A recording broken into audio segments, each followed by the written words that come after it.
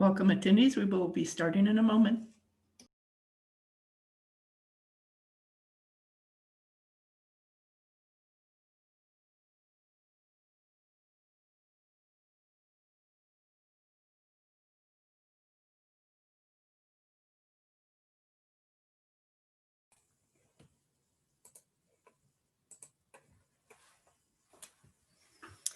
Good afternoon, and welcome from the Holocaust Educational Foundation of Northwestern University and Northwestern University Press to this launch of Lessons and Legacies 14, The Holocaust in the 21st Century, Relevance and Challenges in the Digital Age. I'm Sarah Cushman, Director of the Holocaust Educational Foundation, and we are pleased to have you with us, and thank you for your time and interest. I will be joined shortly by the volume editors Tim Cole and Simone Gigliotti, and volume contributors Sharon Oster and Ann Knowles. But first, a bit of housekeeping and some introductions. The program will consist of several parts, which will last approximately 45 minutes.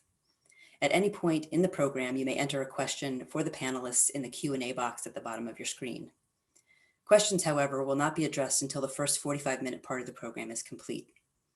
We will then have about 40 minutes for Q&A. I will relay the questions to the panelists. Because of time constraints, it is likely that we will not be able to address all questions. We ask for your patience and understanding.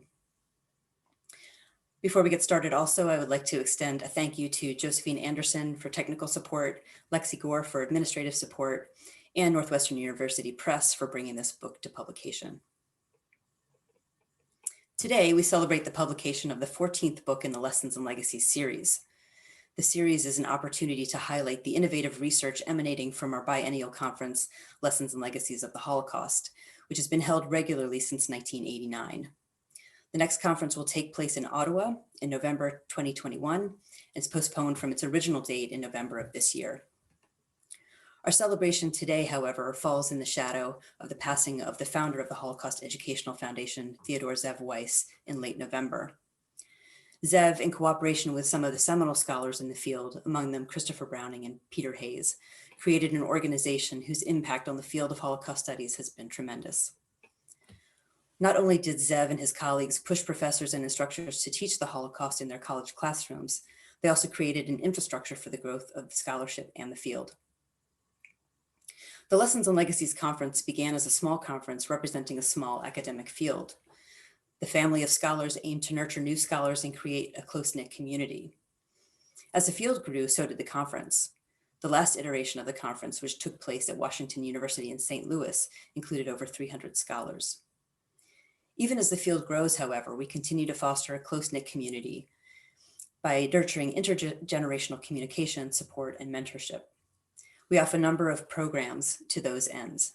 You may find more information about them and our teaching and research grants at our newly redesigned website, hef.northwestern.edu, and I will put that link in the chat shortly.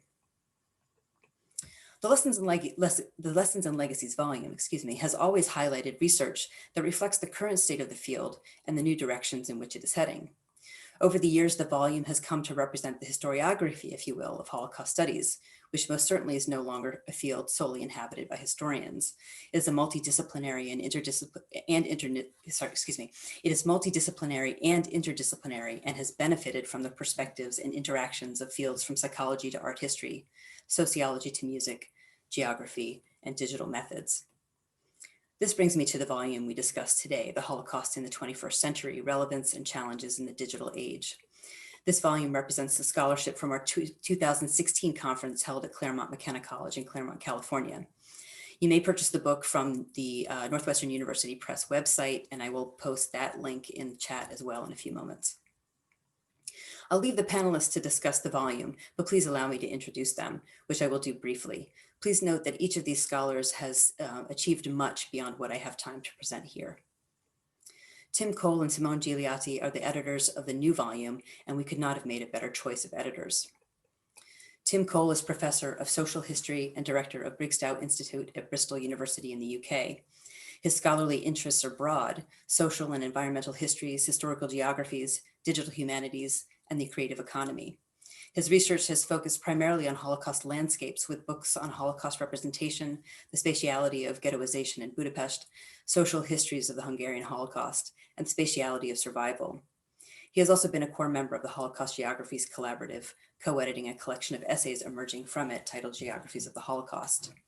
He's also developed interest in environmental history and currently is working on a new book that explores social, cultural landscape, and environmental change in post-war Britain. Simone Gigliotti is Senior Lecturer in Holocaust Studies in the Department of History at Royal Holloway, where she's also affiliated with the Holocaust Research Institute, the Center for Geohumanities, and the Center for Oratory and Rhetoric.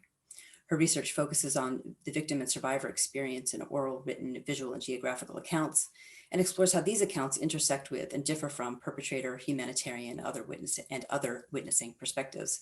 She is working on several projects, including a monograph about Jewish refugees and displaced persons from the Nazi era to post-war Europe, and another co-edited project in addition to this volume. Sharon Oster is Professor of English at the University of Redlands. Her research interests lie in American literary realism, the novel, memory studies, American Jewish literature, and Holocaust studies. She's published a book, No Place in Time, the Hebraic Myth in Late 19th Century American Literature, and is currently working on a book about the ethical and aesthetic stakes embedded in the concept of Musulman, which is tentatively titled Living Death, Rethinking the Musulman in Holocaust Literature and Visual Culture. She teaches a wide range of Jewish and American literatures and also is conducting work in the digital humanities. Ann Knowles is an historical geographer in the Department of History at the University of Maine. She's interested in the relationship between historical events, ways of life, how places evolve, geographical circumstances, and spatial connections. She considers questions of why certain things happen in some places and not others, how local conditions influence people's decisions, and how human actions shape the built and natural landscape. She's also interested in finding methodological solutions to intellectual problems and in fostering productive collaboration among scholars and students. Her career has been diverse, but recently she has focused on using geographic information systems in historical research and teaching. To begin the discussion, I give you Simone Gigliotti. Thank you again and welcome.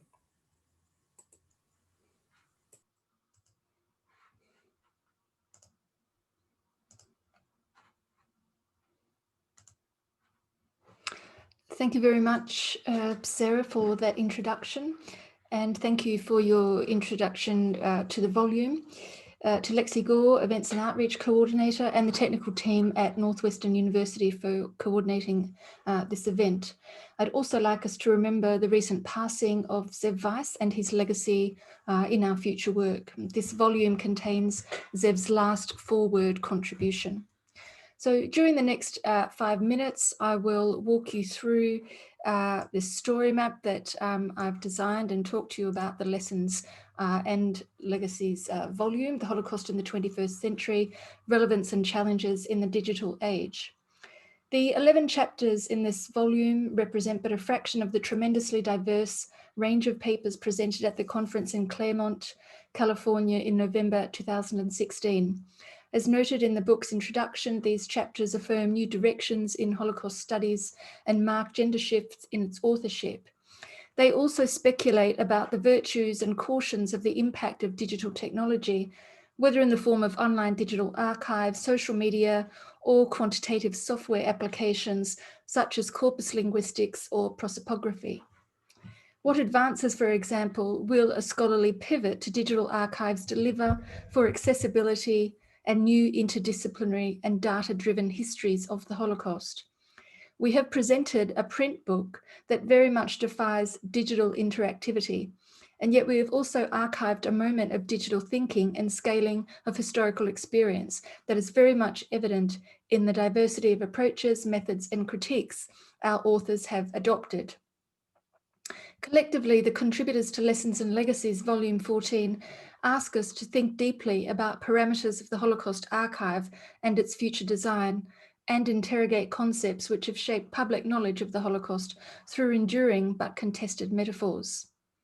The book foregrounds a global authorship. We have scholars based in the United States, Israel, Germany, Canada, and Latin America, and career stages, with contributions from recent PhDs to established scholars and emeritus professors.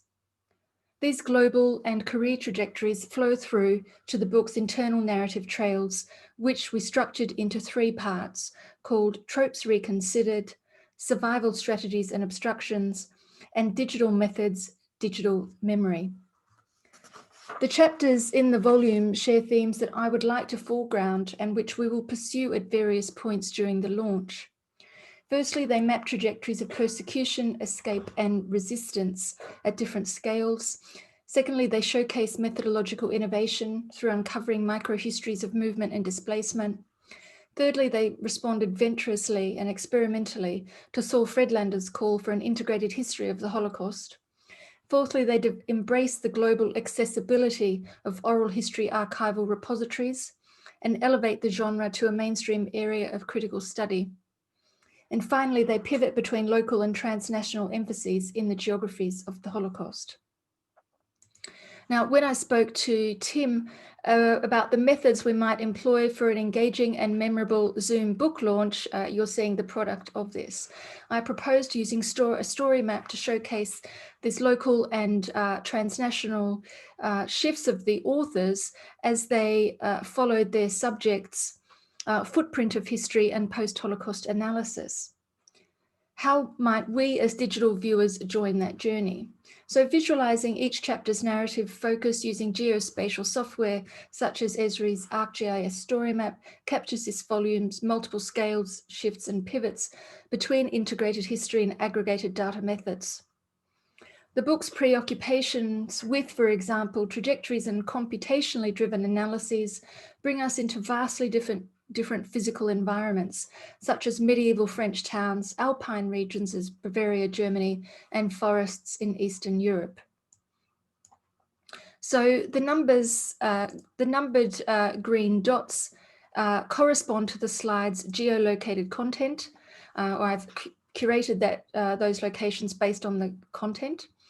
Many of the authors focused on one country in their analysis, but others focused on local places, routes and trajectories in or across multiple cities and towns.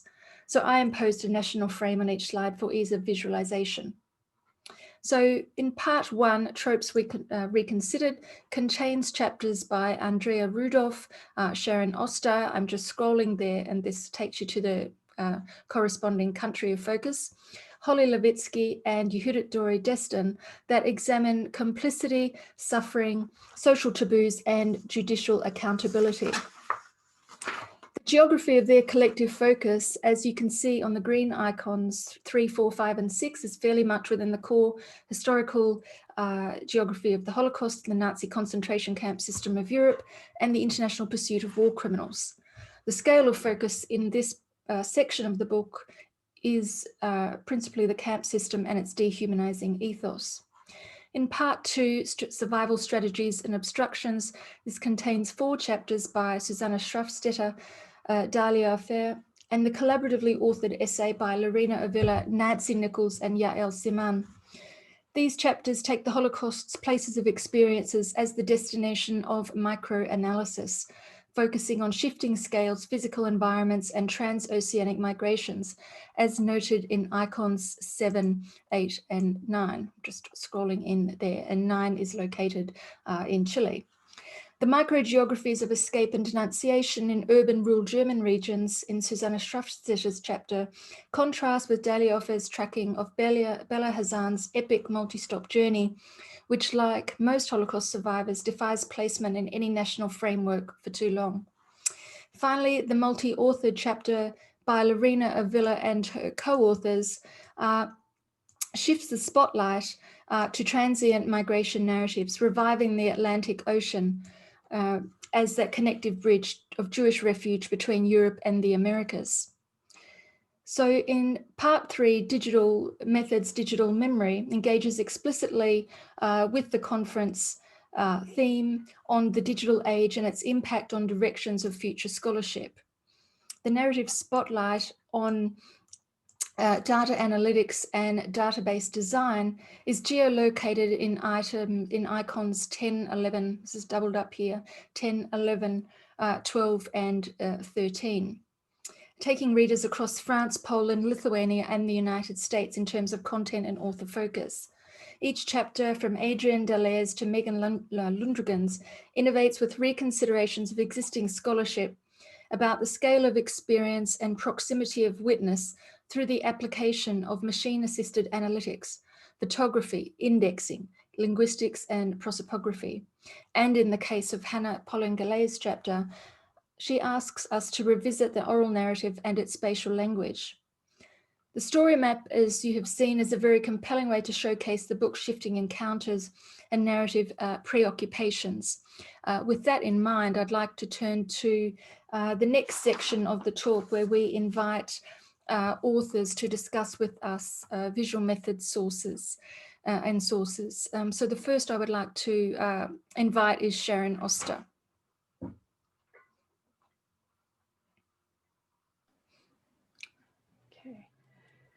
Hello, everyone. First, I wanted to say that I'm delighted, first of all, to have been included in the volume and truly honored to be invited to share in today's book launch. I want to thank you, Simone and Tim, both for your careful reading and feedback. And thank you to Sarah for the kind introduction and everyone at the HEF for hosting. I also want to just give a brief mention to Valerie Hebert, who hosted a workshop on atrocity photography at the USHMM, where this originated. And I benefited from her feedback, as well as participants like Hillary Earle and Dan Magalo. My chapter focuses on two prevalent categories of Holocaust victims and the relationship that I draw between them. First, the Muselmänner, an archaic German term, Muslim, used in Auschwitz slang and then in Holocaust memoir and scholarship, designating several concentration camp types: the weakest, most ill prisoners closest to death, the least powerful, those believed to have, quote, given up the will to live, unquote, and those sentenced to death by selections. Thus, the term designates objective facts, but it also created a social and symbolic reality, singling out the near dead as beyond help, and also as deadly, to be feared, shunned, as if contagious. Based on post-war interviews and oral histories, however, in which some testified, "I was a Muslim," I argue that this was a temporary condition, one shared by most, if not all, starved, deprived prisoners. With rhetorical analysis, I insist that we critically re-examine the Musulman as an iconic trope of the miraculous living dead. If we interpret the Musulman as the silent embodiment or ultimate product of radical evil, we perpetuate the logic of the Nazi hierarchy and, moreover, obscure key stories of women, of Jewish victimhood, of the dying, the dead, the suicidal, and in this case, the liberated. If the Musulman provides a literary trope for Holocaust abjection, then the second thing I argue here is that in liberation photography, we find its visual analog. Analyzing liberation photos in the USHMM archive by US Army Signal Corps photographers who documented the Allied liberation of Buchenwald in Germany and of Ebensee in Austria in April and May 1945, respectively, I find that the most widely circulated of these photos provide a visual lexicon of death in life. Images of posed uniform rows of near-dead prisoners, accompanied by captions that use the same language of living death, frequently attributed to the Musulman. The Musulman helps us explain how these photos become iconic, and this places the visual Musulman at the heart of collective Holocaust memory. I then show how a series of unpublished liberation photos from the archive of Ebensee, a labor subcamp of Mauthausen in Austria, disrupt and expose the rhetorical simplification achieved in iconic images of living death. So if the Musulman helps us understand why certain photos have become iconic and others have not, deconstructing these photos helps us to consider in turn the complexity and plurality within the now iconic category of the Musulman. Okay, excellent, Sharon. So what I'd like us to do is just go through a few questions to really exemplify what you've just discussed about the visual language of the Musulman, and as a kind of companion to the literary topography, so to speak. So the first one will look at how does your use of photographs as sources offer new insights, and we're going to discuss a few photos. So the first one that we have on screen there. Mm-hmm.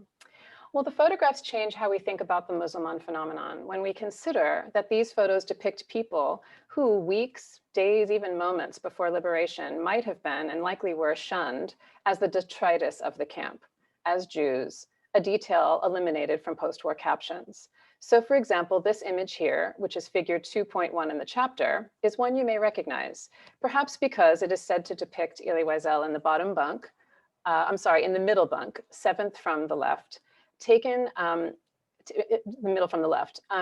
The photo was taken by the US Signal Corps, but is otherwise anonymous and is often confused with the iconic work of Margaret Bourke-White.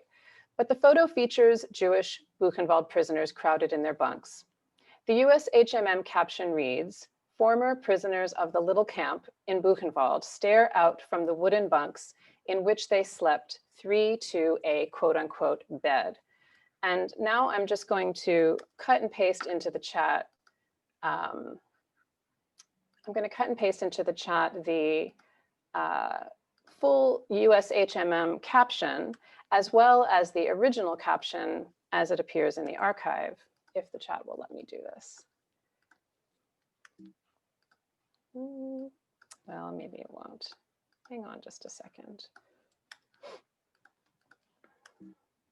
Yeah, for some reason, it's not letting me do it. So I'll try to do it after my talk, or after I talk about these. But anyway, as a liberation photograph, what this image suggests is something like, this is what Allied forces found upon entering camp barracks. And the original photo caption, according to the archive, emphasizes immediacy and the authenticity of discovering such barbaric conditions, as well as the symbolic significance of those depicted. It reads, quote, "Slave laborers peered from their tomb-like wooden bunks at the concentration camp at Buchenwald near Weimar, Germany, when US troops liberated the area. Approximately 21,000 inmates were freed. They were described as, quote, the living dead, unquote."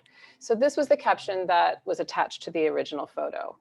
With its emphasis on tomb-like bunks, the caption suggests something miraculous about those saved, their emaciated bodies bordering life and death, as supernatural material evidence of Nazi atrocities. Yet the photo was constructed. According to Michael Nicholas Gruner, who is pictured bottom left, this photograph was staged by an American photographer and taken 3 days after liberation. The survivors volunteered to go back to their bunks so the photographer could capture the overcrowding in the barracks.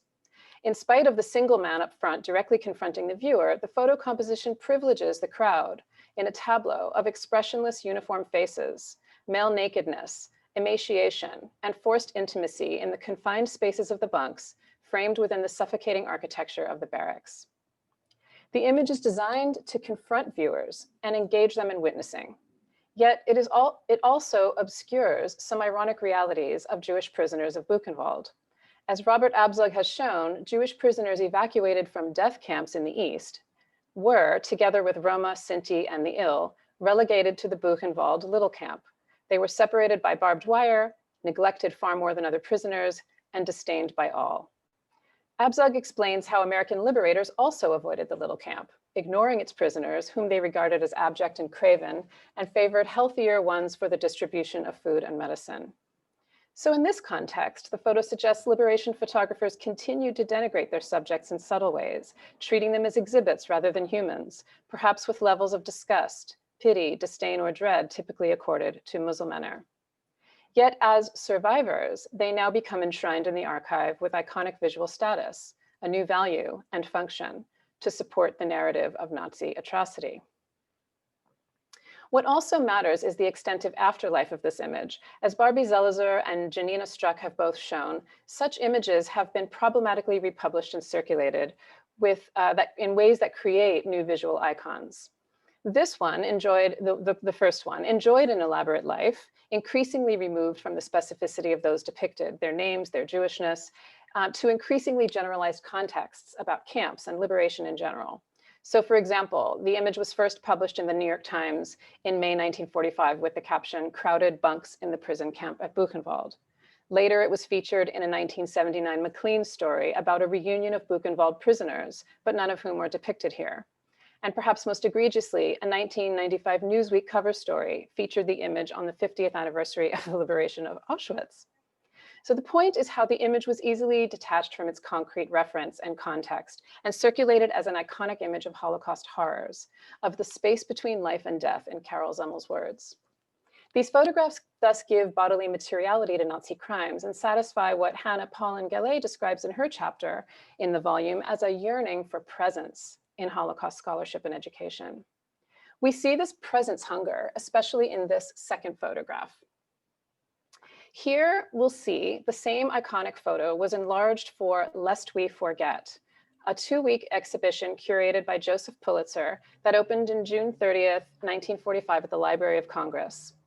It featured life-size photo murals depicting Nazi concentration camp horrors. It attracted almost 90,000 visitors, breaking records with over 5,000 on opening day alone.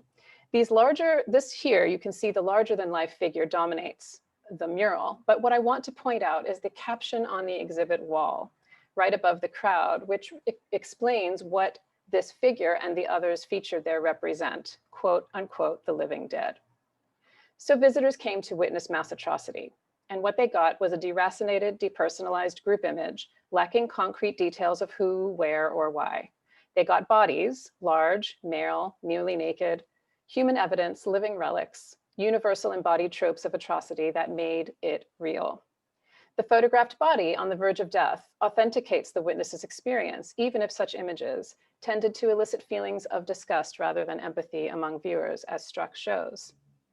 What my chapter shares with those by Paulin-Gallay and Megan Lundrigan then is an emphasis on how visual sources, be they maps or photographs, require narratives, in this case captions, to create dialogue and to interface with them.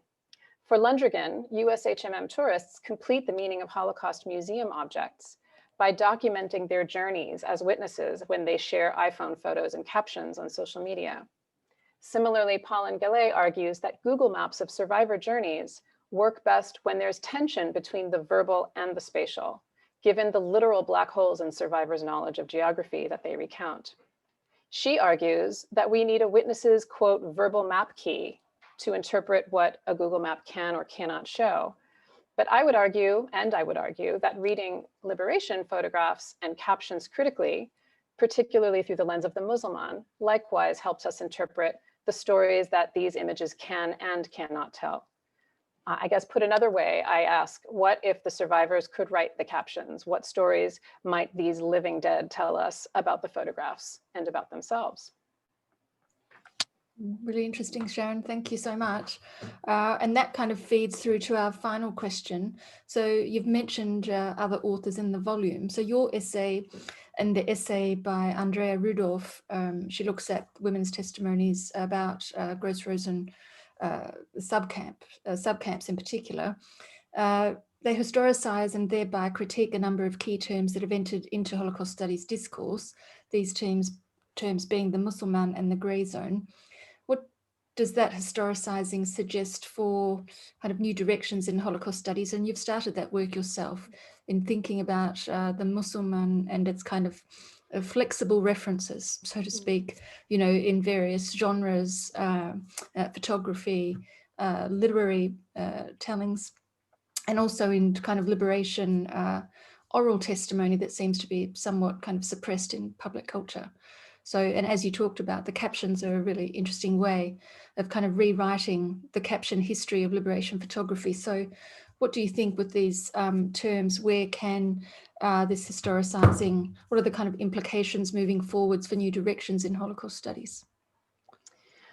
Well, it's a great question, Simone. I see my essay as looking at how the term Musulman was used both in its provenance in the camps and then more critically at its use afterward, rhetorically and metaphorically by survivor writers and scholars. If that term initially gave name to a certain set of realities, our sense of its meaning has effectively hardened under the influence of a few influential accounts, namely by Primo Levi, Wolfgang Sofsky, Giorgio Agamben, and others. Like the photographs, we have this small stock of terms and images that we tend to use over and over. They become a kind of shorthand, and they have therefore become iconic symbols, a kind of synecdoche that stand in for the worst, for the atrocity. And therefore, they also simplify the story. The concept of the Musliman, I would say, has served us really well in illustrating the realities and the depths of Nazi violence and cruelty in an effort to starve and work people literally to death, to push human beings to the very brink of human existence. So the Musliman helps illustrate this and literalizes the process of the killing centers in Doris Bergen's phrase. And even, yes, symbolically, the Musliman can help concretize abstract or theoretical concepts of absolute evil. But at the same time, I think we've mistakenly taken a transient condition or a process, what we might call Muslimanization, for a fixed identity. And this means that too often moral and ethical assumptions about so-called Musulmaner persist, perhaps the most damaging being that they gave up the will to live. This assumption has justified and rationalized the social deaths, if not the actual deaths, of those who were essentially sentenced to death. So in questioning the uncritical use of the term Musulman, therefore, my work is part of what, Simone, you recently suggested to me to be a post-Musulman turn in Holocaust studies, marked most notably by the recent issue of the Journal of Holocaust Research, to which I contributed, which is edited by Dennis Bach and Michael Becker and is devoted to this subject. And in this, my work shares a lot with Andrea Rudolph's chapter, which could perhaps usher in a post-gray zone turn. Her fascinating study of prisoner functionaries in the Gross Rosen women's subcamps really helps us rethink and revise historiographic discussions of the capo system and of prisoner collaboration inspired by Levy's influential concept. So just as I question in the Journal of Holocaust Research issue, the male Musliman as a universal trope for Nazi violence and atrocity, Rudolph challenges the universality of the well-documented experiences of male inmates, which reflect also the experiences of the main camps as opposed to the subcamps. Her research on female survivors of the Gross Rosen subcamps, in fact, shows a very different set of prisoner relations than those within the capo system of privilege, terror, and prisoner collaboration, best explained by Levy's concept of the gray zone. Rather than what Lawrence Langer called choiceless choices, female prisoner functionaries instead faced choices of whether or not to collaborate, she argues, and many did so only to act in favor of prisoners.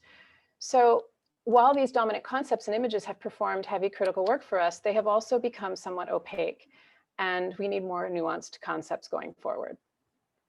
To emphasize that last point, I'd like to just show one last example, which reflects how the archive shows a more complex set of circumstances and attitudes toward liberators than those reflected in the more iconic images with which we may be familiar. Here, figure 2.8 in the chapter is a photograph by J. Malin Heslop, one of 5 other US Signal Army Corps photographers under the leadership of photographer and Lieutenant Arnold Samuelson. These men accompanied the liberation of the Ebensee concentration camp in Austria on May 8th, 1945. Samuelson had produced an iconic and very widely published photo of Ebensee prisoners, which I'm not showing, but which did fit the pattern of a kind of pan-camp aesthetic exemplified in the Buchenwald image we already discussed. That is a group photo of emaciated, often naked, expressionless survivors, all men, some behind barbed wire, standing in rows, arranged in barracks with a central figure confronting the viewer. These images in their composition tend to immortalize the living dead. But the unpublished photos of J. Malin Heslop I show, with this figure 2.8 among them, complicate this aesthetic. They disrupt the conventional iconic image of the miraculous silent living dead, of Musulman-like non-men, through deviations in composition, the gazes and expressions of the men portrayed, and in the gazes of the men portrayed especially. The caption for this image reads, "Survivors wave to American liberators from their bunks in the infirmary barracks for Jewish prisoners in the Ebensee concentration camp." These men are clearly in motion, their hands awkwardly waving and engaged in active dialogue with the photographer.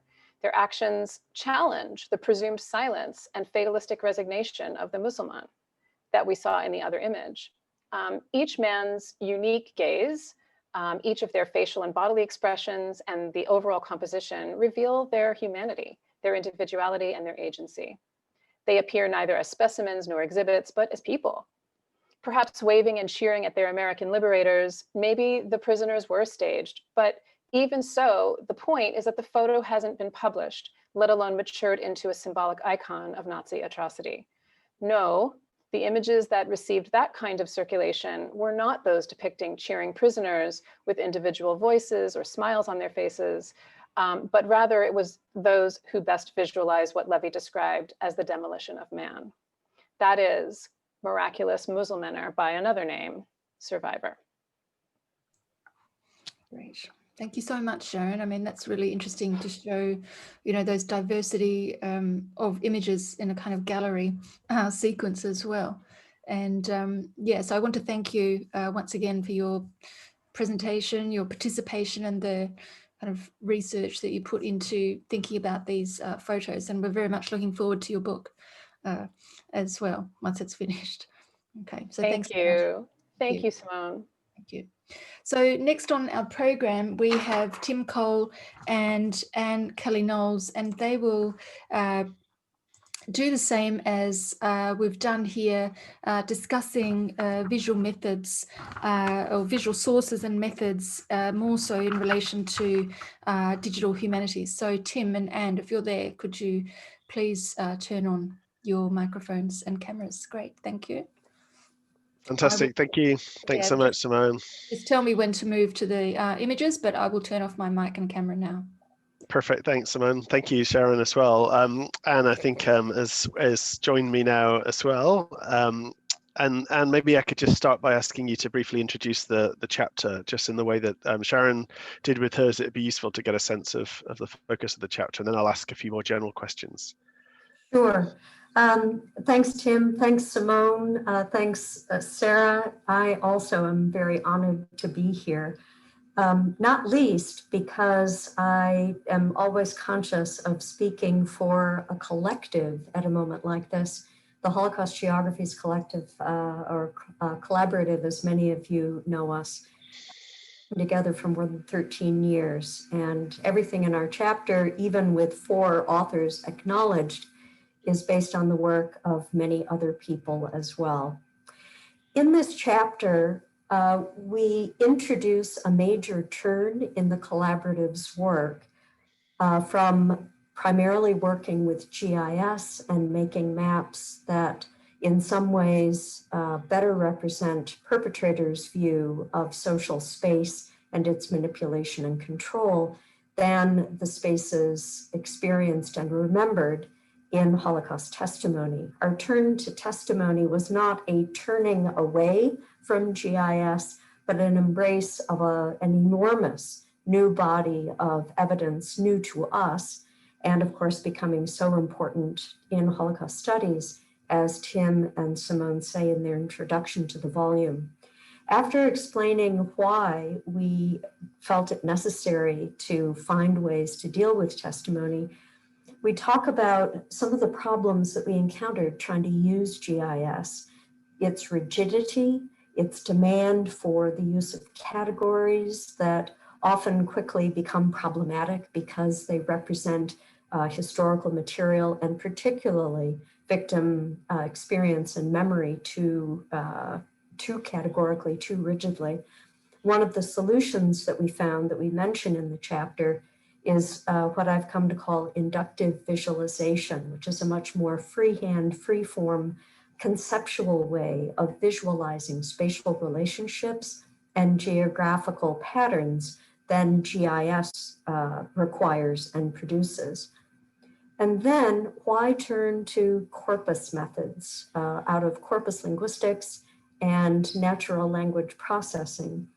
We, and by we I'm here including Tim, of course, had become very intrigued with what linguists have been doing with computational methods for several decades now, being able to analyze enormous bodies of text, even billions of words, to find their patterns.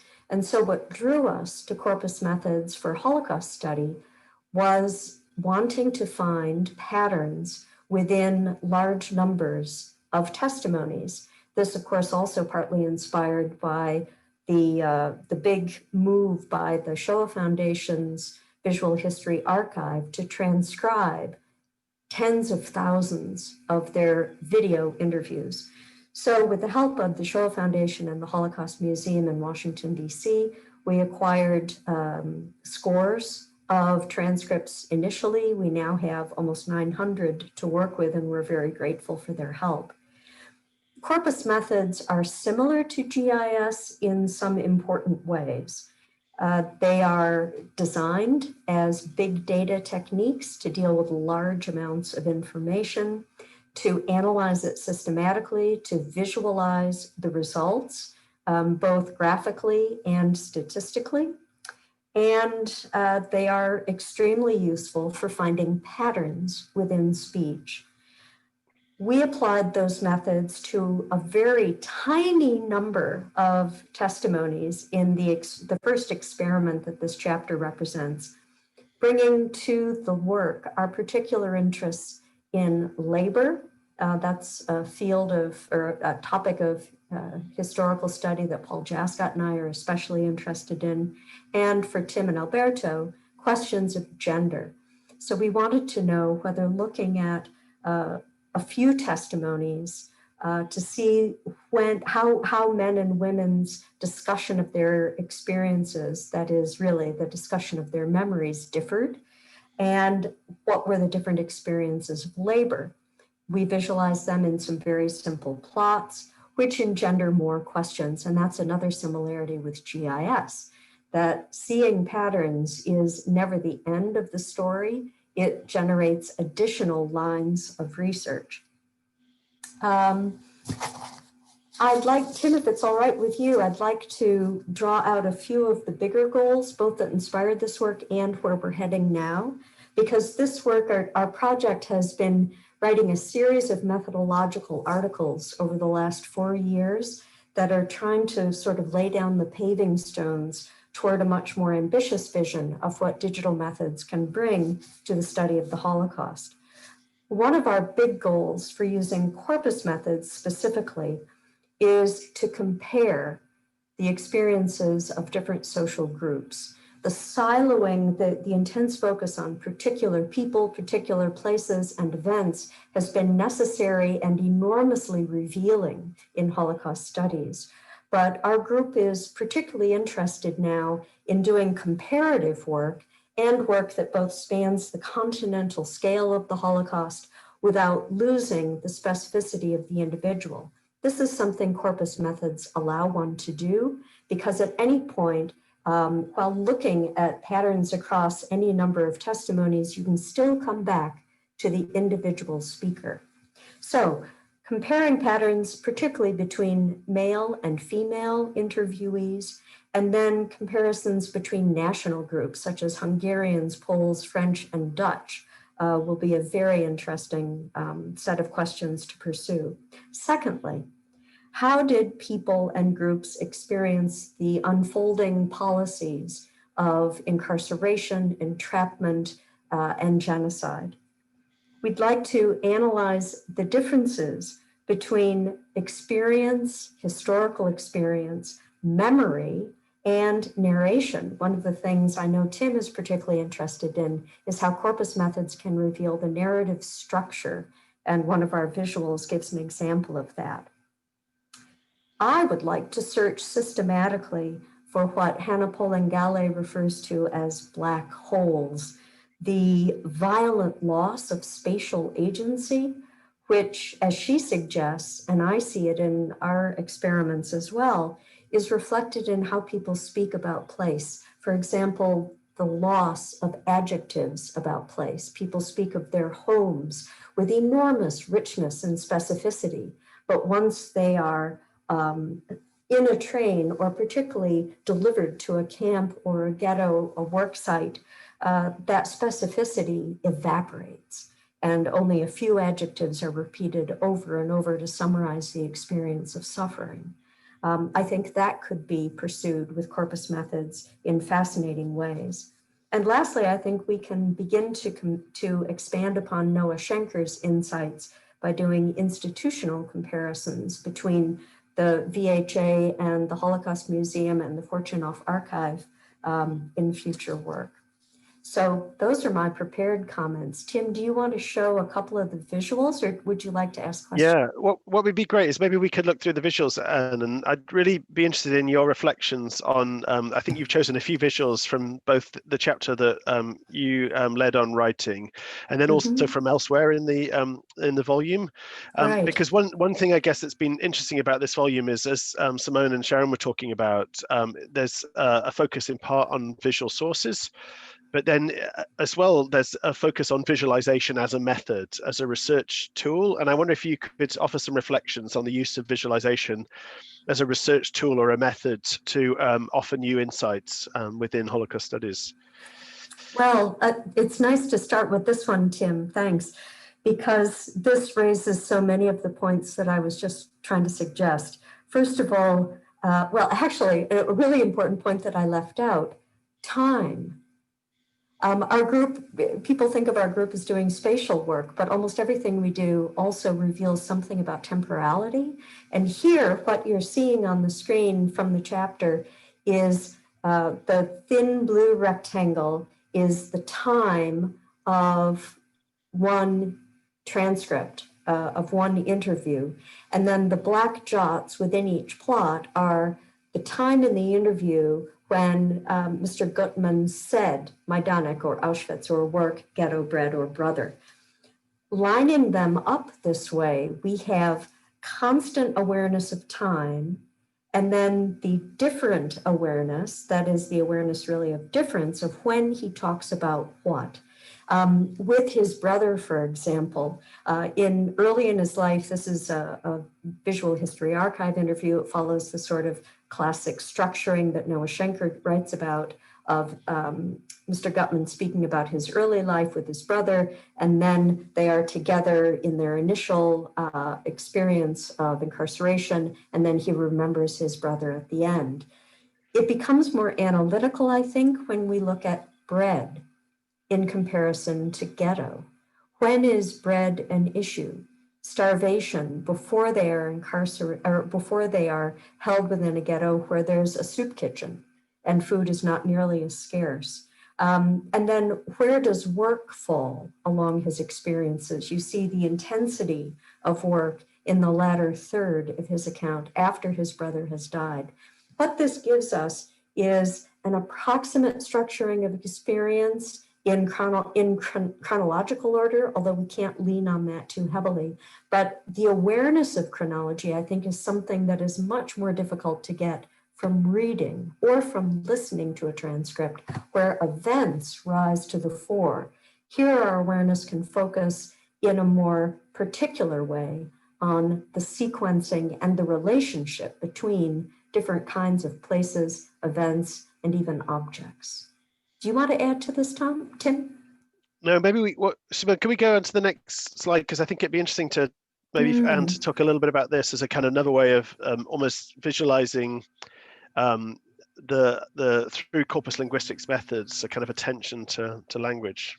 Yeah, the semantic cloud method is one that corpus linguists have developed to try to find themes within texts.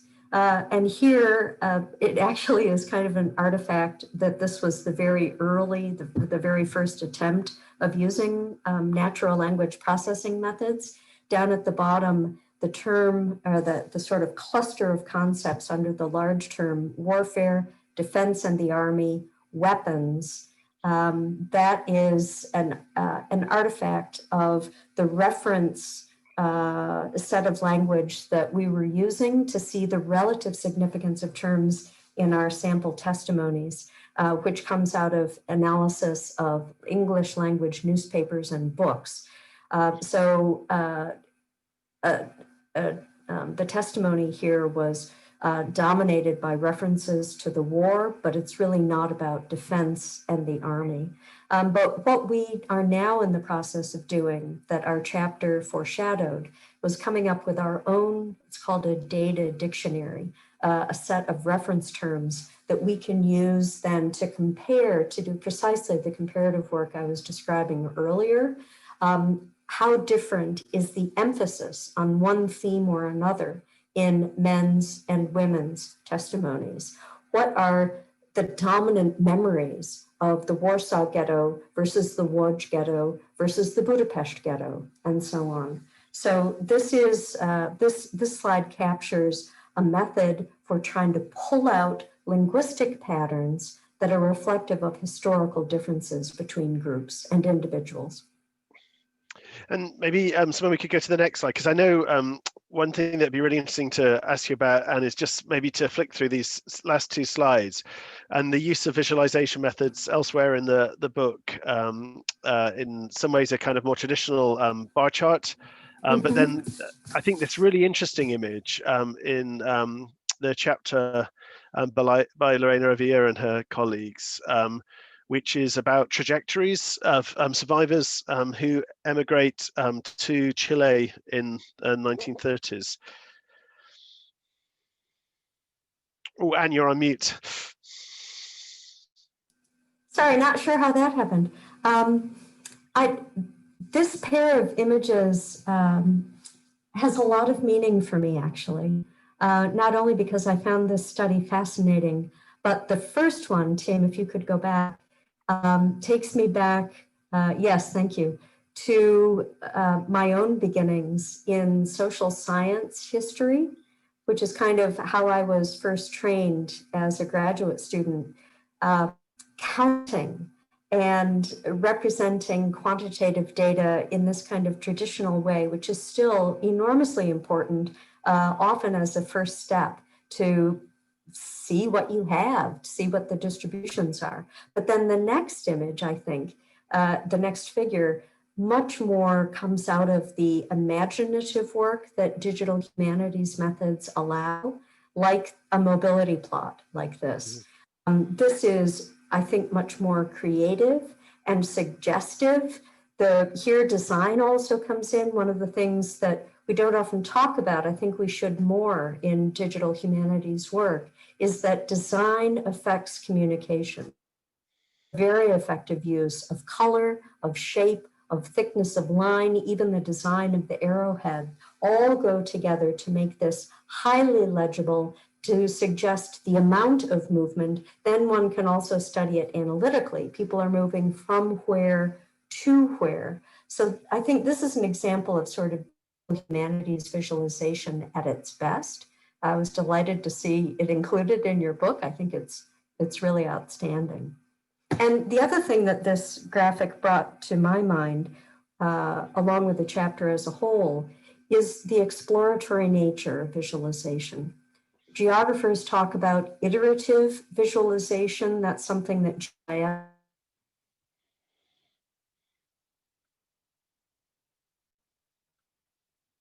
system, and then you explore it iteratively, different layers, different scales, different time periods, and so on. This kind of plotting is also a kind that you can iterate with, as in fact they do, so that you see different periods of time, different focus on certain countries. And that exploratory nature of digital humanities can both be frustrating because people don't always get to a final conclusion, but it also opens up inquiry in a way that I think is really healthy and very stimulating. Great. And maybe just in closing, I could just ask you a quick question about the spatial turn, because obviously this image that you're showing us is part of that moment, I guess, of a spatial turn, so-called spatial turn in Holocaust studies. And I wonder about your reflections on that across the volume as a whole, where you see spatial work being done across the volume as a whole, and in particular what you think it brings to the subfield or to our understanding of the events of the Holocaust. Well, I think the volume is a fascinating mix of both explicitly spatial thinking and explicitly visual thinking, which often overlap and sometimes combine.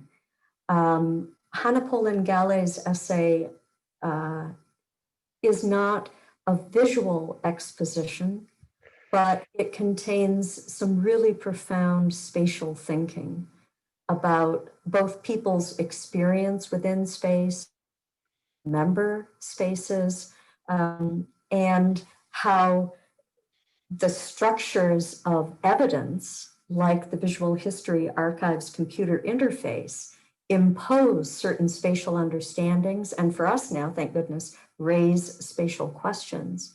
But then the visuality of this volume, I think, and it is beginning to say, historian Barbara Stafford at the University of Chicago several decades ago, calling on historians and other scholars to use as much visual evidence as they were texts. I think no longer in as privileged a position, nor is it the be-all and end-all of interpretation. This book is every bit as much visual as spatial, and I think that's great. Excellent. Thank you, Anne. Simone, maybe I'll invite you back now to join me. And I think what we'll do is, just before we move to Q&A, and please do keep adding them to the Q&A strand, is Simone and I will just offer a few very brief reflections on what we see as just four major themes across the book as a whole. Thanks, Tim. Yeah, so I'm going to speak to two themes, and I will alternate with Tim. So one of the striking aspects is the gender nature of kind of female domination, belated, overdue, about time, of these volumes. And women comprise the majority of the contributors to the book. And this made me think about going back to look at 30 years of Lessons and Legacies, because this publication marks 30 years from 1991 to 2001. This is the first volume there by Peter Hayes. And so what I did is I went through to JSTOR. This information is also available on the Holocaust Educational Foundation website. And I went through to look at the table of contents. So we see there, this is all not surprising, given the kind of shifts in the historical discipline and authorship as well. But we have a total number of chapters at around 231, excluding forewords. Total number of chapters by men, 154, chapters by women, 77. And there, the other issue I want to raise is multi-authored chapters, and it's 7. It's by women, men, all combined. And so the breakdown in percentage there is 33% of chapters are by women over 30 years. And again, to me, this is not so surprising. But if we look at the authorship snapshot from 1991, we have 16 chapters. And of course, the chapter content varies according to the editor's preferences and what's presented at those conferences. 2006, Dagmar Herzog, she's the first female editor in 15 years. So 25 chapters, 6 by women. And the present volume under discussion by Tim and I has 11 chapters, 10 by women, 8 as sole author, 2 as part of 3 to 4 authors per essay. And those chapters of the multi-authored are with collaborative digital narratives. So I also looked at the kind of analyses in our volume of scale. And so the micro-analyses by solo authors focus usually on one region, country, or individual, and the collaborative ones are much more multi-scaled as well. Right? So there is a relationship in terms of the labor of scholarship and how much work people do, and the advantages of collaborative digital humanities work. Tim, over to you. Well, scale was something that I think really struck Simone and I as we were pulling this volume together, and really as we sat down to write the introduction, that we were really struck by the way that there's a number of different scales of analysis in each of the individual chapters, but a particular focus on what we term the micro and the meso scale.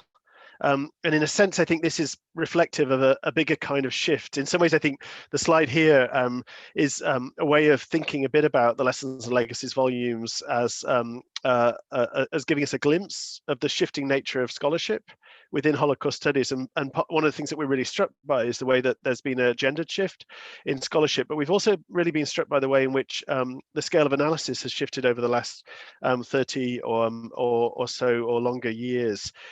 One thing that I guess you could position that as is a shift from the kind of continental scale of the work of someone like Raoul Hilberg through the national scale work of someone like Morris and Paxton on France, through to the micro scale of someone like Adam Adrien Delaire's study of Vaucluse in the volume here that reflects, I think, a wider shift to micro-histories that are particularly seen, for example, in French historiography.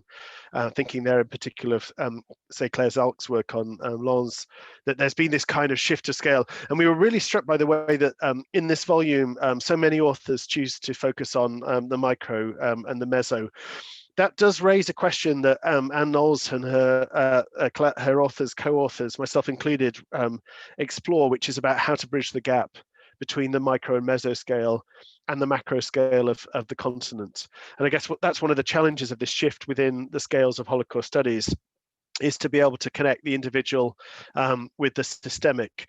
But one thing that we do write in the introduction to this volume is that we wonder whether what these essays afford is what we term a distant dialogue with Hilberg, providing the missing text of the embodied voice in order to re-energize his influential work. And as Simone already referenced, in particular with a focus upon victims' experiences, as opposed to the experiences of the perpetrators, we see this as very much a volume that develops and builds on the work of Charles Friedlander in developing integrated histories, although, as we suggest, in ways that I think he wouldn't ever have anticipated. Over to you again, Simone. Thanks, Tim. Yeah, I agree. And with that kind of, macroscopic analysis, and one kind of follow on from that is the use of oral history in the volume, and following on what Anne said about the kind of visualization, but we might think about an oralization as well, the use of oral history and the retellings here. We have very interesting shifts in the micro-historical turn of the witness and the integrations. And the first person oral history, the nature of orality as everyday life retelling, and that showcases intersections of powerful computational methods that indexes and transcripts cannot achieve. But there are some other ethical issues to be considered too, discussed by other scholars and raised by Anne, but she's an advocate. And this is in relation to the disembodiment by algorithms. And is there a new ethical landscape to be discussed in relations to digital design and compartmentalized retellings and computational analysis? So the other thing that is affecting most of us, I would say, is the rise in accessibility of digital research collections more generally in pandemic environments, and how that will affect publication trajectories, careers, and interdisciplinary innovation. And I went through all of the chapters and I've identified, if we can see this just briefly, Andrea Rudolph, for her chapter, used 150 of 2,000 USC Shoah interviews with former female inmates of the Gross-Rosen subcamps. Dalia Offer was a much more singular scale, her own oral history interviews. Lorena Avila and her co-authors of the Latin America chapters used 90 testimonies from 3 collections, the USC Shoah Foundation, one collection in Chile, and the Fortunoff Video Archive. Adrien Delaire's chapter on the Vaucluse region used 31 interviews from Jewish survivors, and Kelly Knowles and her authors as well. They bring a deep hinterland of study to the close spotlighting of 10 testimonies from the VHA archive. And Hannah Pollen-Galay's study of Hannah Galani's chapter is actually, again, based on her deep research into 127 oral and AV testimonies of Lithuanian Jews in Israel, also drawn from the VHA, Fortunoff, and Yale Video Testimony Archive, and other interviews she's conducted in Lithuania. So it's not just a turn to the oral, there's something much more profound that's kind of going on, and I think will really impact the future directions of scholarship, and also complicate it given the rise of digital humanities methods. Back to you, Tim. And maybe I'll just finish with a few words on digital humanities methods. And that was one of the aims of this conference, was to think about the Holocaust in the digital age, and to think a little bit about the impact of digital humanities methods on Holocaust studies. And I think one of those aspects is something that Simone's touched on, which really did strike us, is the prevalence of USC VHA, of the Shoah Foundation archives, and the digital archives in the footnotes of this volume. It's partly as we we write in the introduction, it's about the mainstreaming of oral history as a method within Holocaust studies, but it's also about the rise to ascendancy of a particular archive, and a particular, as Simone mentioned, in global pandemic context, digitally accessible archive that's brought to our desks rather than us having to travel to the archive. And I think that does raise really important questions. As Noah Schenker's work shows, there's a need for a kind of institutional literacy as we think a bit about that particular archive. But as we think about all archives, archives are never neutral spaces, but are themselves constructions. And that kind of digital and institutional literacy is crucial, I think, as we navigate the range of digital archives that come to us rather than the archives that we travel to. One thing that is striking, I think, about the essays in the book that draw upon what Anne talked about as distant reading, as a kind of use of digital humanities methods to compare, say, trajectories of survivors traveling to South America, or to compare the experience of Jews who were arrested and deported from one region of France, or to compare oral histories. One thing that really struck me is the way that that kind of distant reading or quantifying or collective prosopography or turn to rendering the trajectories of individuals in the map that we saw a little bit earlier doesn't mean the getting rid entirely of close reading. But what's striking, I think, in those essays that do adopt digital humanities methods and distant reading, is that they kind of move in some ways between a sort of distant reading and a very close reading of the text. That there's these kind of dives, if you like, from almost like a kind of bird's eye view over the data, diving down into a particularly rich exploration of an individual story or an individual oral history account. And that call to close reading is something that Hannah Polyn Galai urges in what she issues as a kind of caution or corrective to the digital turn, and in particular to what she sees as the overly neat digital mapping seen in the VHA interface, which belies the much more disruptive and disrupted geography of survivors who recall losing all sense of where they were in the world. To lose personal navigation capacities was a real part of what it meant to be a victim of Nazi violence for many people, Polyn Galai writes. Words that reflect the focus of these essays in this volume that draws in particular, I think, upon the diverse experiences of victims of Nazi violence as active agents and not simply recipients of persecution. And I'd urge you to read it. I think there's a really interesting set of essays here that really do some important work, not just in reflecting trends, as we suggested in Holocaust scholarship, but I think also moving Holocaust scholarship in new directions. Over to you, Sarah. Well, thank you all very much for this really fascinating discussion and overview of the volume. I hope that people take the opportunity to pick it up and read it, and I hope they now take the opportunity to ask questions. We have a few. I invite everybody everybody on the panel to unmute and open your cameras. And we have a few questions. If other people have questions, please put them in the Q&A box at the bottom of your screen. I'd like to start with a question from Megan Reynolds, who, in this question she directs towards Anne and Tim, but I think really anybody who wants to jump in, please feel free. Megan's interested in you talking a little bit more about the comparative work that you're doing. What challenges have you found with comparative work, and what have you found most useful about the approach? And then also this visualization of time seems important for rethinking narrative structures, especially historical ones that tend to prioritize events. Can you say a little bit more about the impact of about how the impact of the temporal visualization for the future of Holocaust research? I have one quick response, and then I'll be happy to hand it to you, Tim. I'm thinking of a graphic that a member of my team produced earlier this year out of our work on Holocaust ghettos, which combines in lines associated with individual ghettos in Poland and in Lithuania, the timing of German occupation and then the creation of a ghetto and how long it persisted.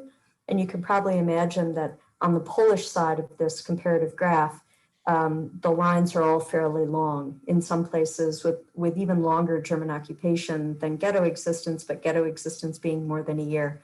Whereas in Lithuania, it's like this. It's just collapsed to almost nothing except in a few cities with longer lasting ghettos. And it actually, it's one of those cases where it's not news to Holocaust scholars, but the comparison is so striking that it reframes consideration of testimony, I think, how different the experiences must have been for people in Kaunas or actually in Šiauliai compared to anywhere in the Vartegau, for example. And I'm not sure where that comparison is going to lead because it's just beginning for us, but reframing how we deal with testimony and sort of requiring comparison, I think, may be something that our project will now pursue because of these sorts of visuals. Tim, what are your thoughts? Yeah, thanks, Sam. One thing that I think is really interesting is I've been interested in is the kind of the internal geography and chronology of a testimony. So the sense that one of the things that I've been really struck by with using the method that Anne showed is something called AntConc. It's a corpus linguistics tool called AntConc that's freely available.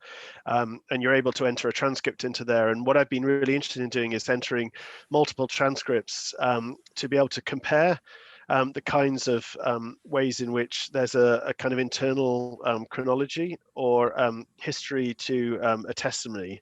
So maybe just a quick example. One thing I've been doing recently is just looking at three sisters who all have the same set of Holocaust events and all give similar length oral testimonies to the same interviewer. But it's so striking when you run those through AntConc how different they are. In a sense, they tell the same story, but they actually tell three really different stories. And that comes down to things like almost one of the things I've always been interested in is a kind of tussle that you find within oral histories between questioner and the person who answers.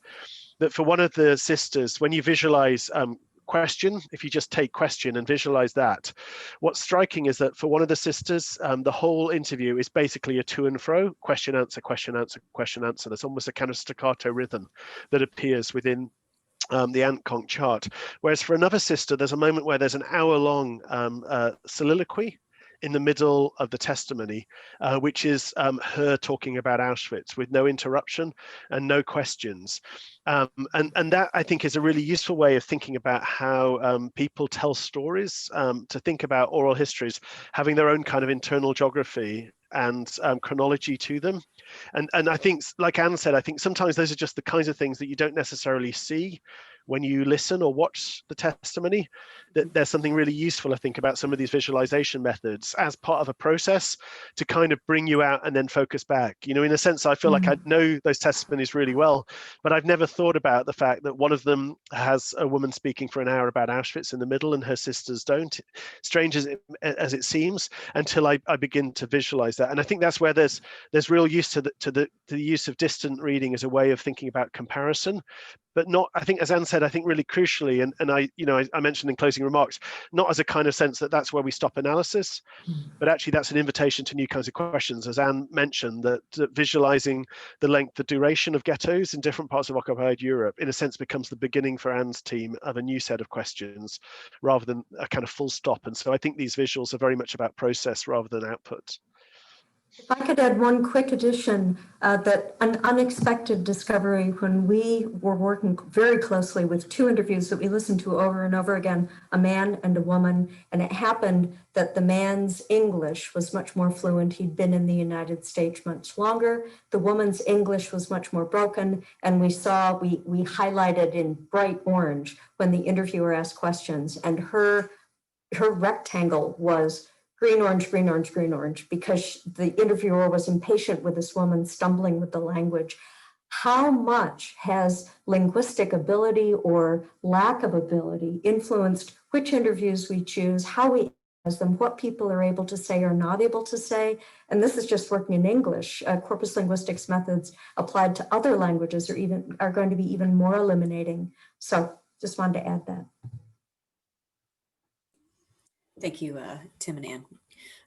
So several questions for Sharon, and I'll read all the questions and then give you an opportunity to answer. And if other people want to jump in and say things, please do. Glenn Suyo wants to know if you were aware of representations of the Musliman in the work of Israeli artist survivor Yehuda Bacon, and also he refers to some of his own work on Musliman. Muslimer, but I think maybe there's like a more general question about how survivors represent Muslimen and how that figures in some of the things that you're talking about. Then let's see. Then Sina Maiskaya is interested in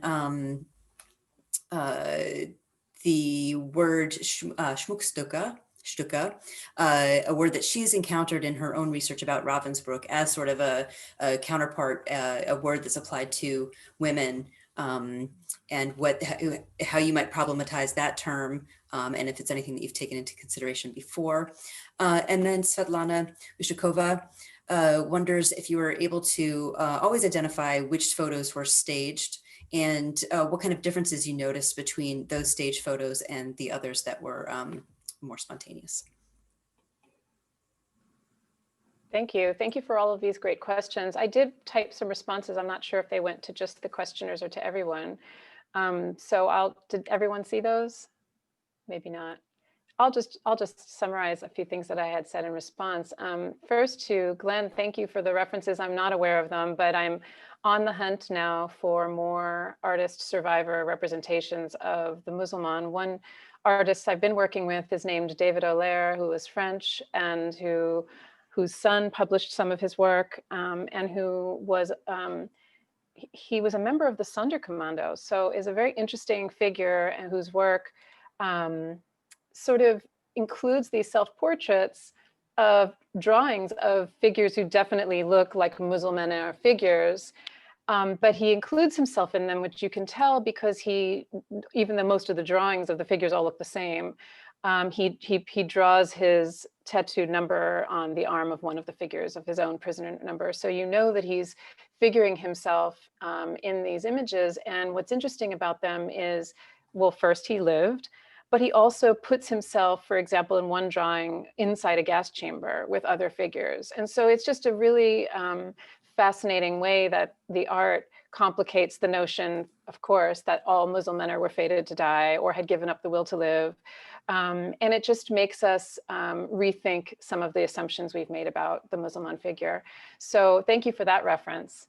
I look forward to seeing that. And the second question from Sina about the Ravensbrück examples you gave I have absolutely seen those and write about them in this essay that was just published in the Journal of Holocaust Research, which is specifically about the gendered assumptions we make or don't make about the Muslim, but that we take for granted in this male figure that we've taken for a kind of universalizable trope.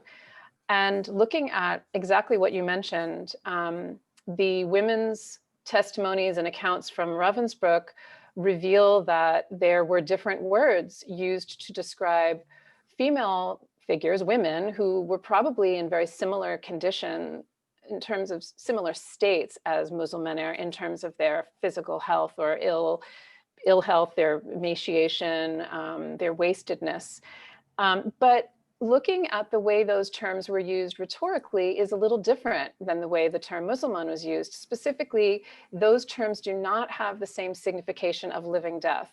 So there's not that same sort of like mystification or miraculousness around the female concepts. And in addition, what I argued was that it also has a sexually violent valence to it. So that the cruelty of the term, like piece of rag or a piece of gold in particular, seemed to me very provocative, because a Goldstück, as an insult, it recalls the fact that, for example, women were subjected to vaginal cavity searches for hidden gold objects. And, I'm sorry to, bring up the most, some of the more vulgar and violent practices of, done to women, but it was. And so there you wonder what cruelty lies behind those taunts and those terms. So I think there's a genderedness to those words that is absent from the term Muslim, or a different gendered valence than the male term of Muslim. So thank you for bringing that up. I can't remember what the, the stagingness of the photos. Was that the last question you mentioned? Svetlana, thank you. Well, as I mentioned here in my response, not the photos in the USHMM photo archive have text accompaniment to the images. So there's like a text file that accompanies each image, and they vary in degree of detail and specificity. So some of those files simply give the origination of the photo, the date, the photographer if known, sometimes the source, like the person who the person or a group who donated the photo to the museum or to the archive. And the one that I showed from Buchenwald did include that information that one of the surviving men in the image had said that this was a posed photo. And so that was fortunate to get that information, but a lot of them don't have that kind of information or that kind of detail. So it's really hard to know. But I have looked at rather disturbing video footage, for example. I think it was from Ebensee, and in the video, you see what looks like doctors, a group of them standing outside one of the barracks, and some of the people in the workshop, if you're still here, I don't know if Dan Magalo is here, or Val, or Hillary, because I showed a clip of this footage in the workshop we were in together at the USHMM, shows a doctor or two doctors go into the barracks and come out. It's truly awful to see. Carry out two naked men, one in each arm, who really looked like they must have been featherweight, just like barely bones, and carry them out to the exterior location of the barracks, and someone takes photographs, and then they carry them back in. And I thought, my God, how degrading and how awful. I mean, these people are on the verge of death, no doubt. Who knows if they even survived that day. But it really was a disturbing way in which these people were being sort of documented as specimens. And that was very different than what we see in some of those iconic photos where people are lined up, arranged, they're all confronting the viewer very, like someone said, everyone look here. I mean, you can kind of surmise that many of these were posed. And then there were many photos that I saw from Heslop, the other photographer I mentioned, where they really do look candid. They're just guys kind of sitting together around. Some of those are in the chapter. Talking and gazing off to the side, and like someone snapped a candid shot. And so those don't look posed, but a lot of that is just guesswork. Thanks, Sharon. And actually, there's another question for you from Lucas Nifol, who is really fascinated by the idea of the term of Muslim and the state as being a transient state.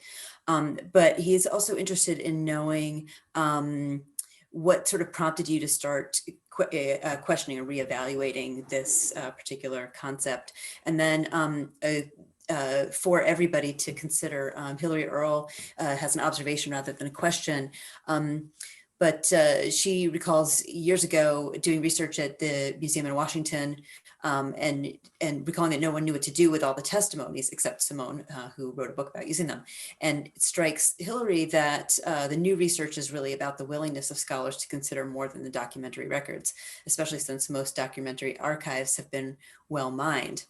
In other words, she writes, it's kind of natural progression, as well as evidence that scholars are willing to employ and value the voice of the survivor.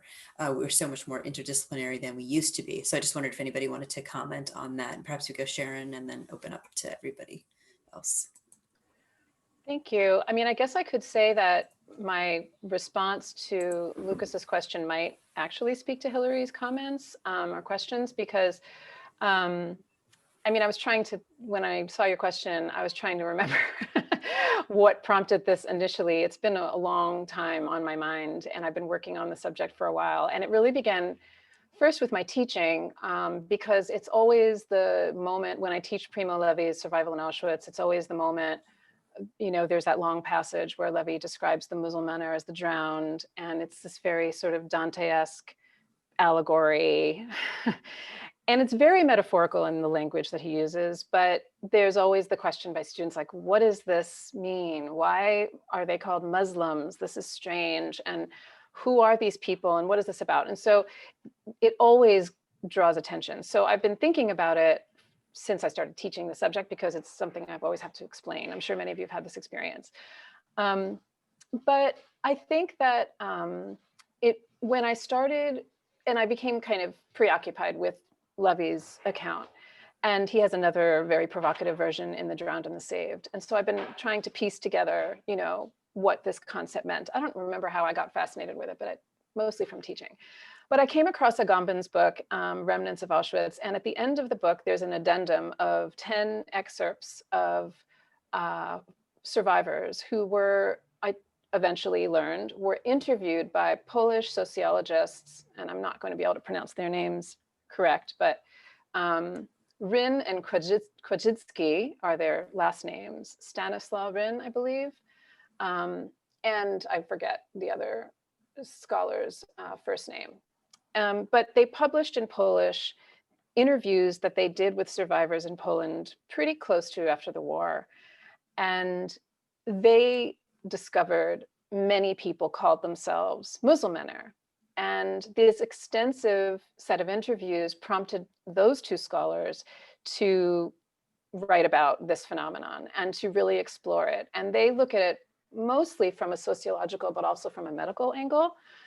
And then, of course, Agamben cites these or excerpts these and talks about the phenomenon more from a philosophical angle. And then I just started tracing around. And what I began to realize is that in searching for sources, you come across these Holocaust institutional lexicons, like a dictionary, or like Yad Vashem has a lexicon, you know, and the definition for Musulman started to, I noticed, appear the same in each of them. So everyone was repeating the same definitions. And I kept trying to trace the sources, specifically of this notion that the Musulmaner were those who had given up the will to live. That was the part that always stuck with me as the most problematic and disturbing. And it all comes down to some sort of hearsay. Like there's no proof that that's how people who were called that felt. But it's a sort of a conjecture that then just kept getting repeated and circulated. So that's kind of how I got on this whole trail. And I've been on it now for a while. I can't remember if that answers the original question. But I would say, just to comment one last thing, and then I'll give the mic away. In response to Hillary's comments, one of the ways, and I think the example that I gave of those interviews speaks to this, one of the things that this shows is that the dominance of particularly really wonderfully literary published accounts have dominated our understanding of the concept, and probably of many concepts, like the gray zone, as we already mentioned, which came up, you know, earlier. And so I think that when we look at alternate sources, oral testimonies, which I also look at, these interviews, you start to hear many different stories. And I've really been fascinated and very committed to looking at women's stories, because these also really challenge these dominant tropes. Again, many of which have come from a kind of canonical set of published texts, many of which are male authored, that have really kind of given us these wonderful articulations, but they're just a few people's ideas, and they resonate with each other, so they have felt authoritative and true. But I think we're now starting to uncover other sources that challenge those ideas and those concepts. Thanks so much, Sharon. I do want to be conscious of time. I know it's 1:30 and there may be some people who have to leave. So if you have to leave, please do. I do want to, Anne noted that there's a couple things, issues that she wants to address. So let me turn the mic to Anne, and then maybe get some final comments from Tim and Simone. Okay. Yeah, I put it in the chat to Sarah. I'm concerned, or at least aware of the time that it takes to be trained in any particular method. And I wonder what demands we may be suggesting, if not imposing, on younger scholars particularly, by not that there's anything wrong with showing all the new possibilities, but I sense when I talk with young grad students especially, a new kind of anxiety about, well, I need to be a trained historian and I need to know literary theory and I better learn GIS or I'm not going to get a job.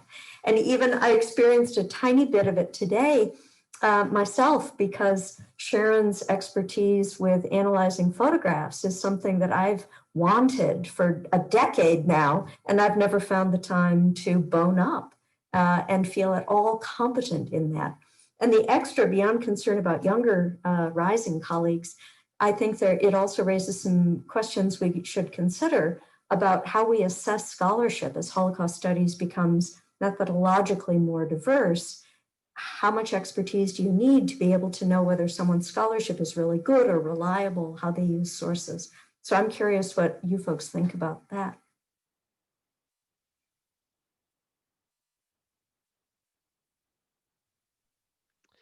That's a great point, I think, Anne, and a really important one. And I guess one thing that really did strike Simone and I when we were looking through this volume plus the other volumes is how there's definitely a turn towards multi-authored writing.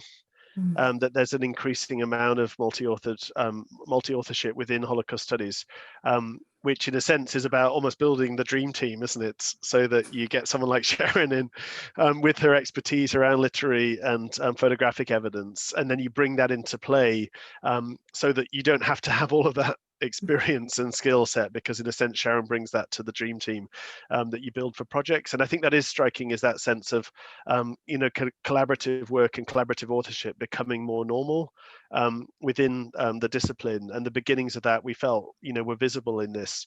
But I think there is a sense, isn't there, that as you reflected at about the Holocaust studies doesn't sit without the broader shifts within the academy, but in a sense reflects those and kind of catches up with them. I often think of Holocaust studies as maybe one of the more conservative subfields within scholarship, and it always feels to me like it's maybe like 5 or 10 years behind the kind of shifts that take place elsewhere.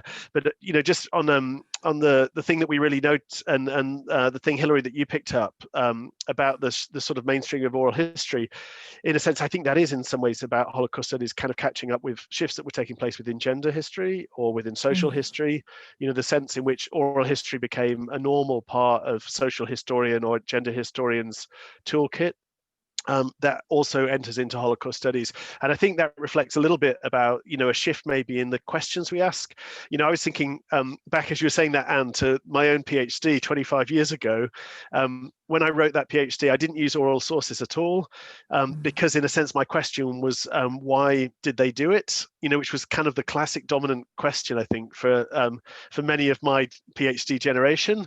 In a sense, it was about perpetrators, wasn't it? And it was using spatiality to think a bit about doctors of space within ghettoization. But I wasn't really concerned about those who lived in the ghetto. I was concerned with those who created the ghetto and trying to get inside their heads and explore motivation. Because I think I was part of that whole kind of moment where that was the dominant question. And I do think the questions have shifted, and I think the questions have diversified. And as the questions have shifted and diversified, then I think really what's great, I think, is that we've drawn upon a much wider source base.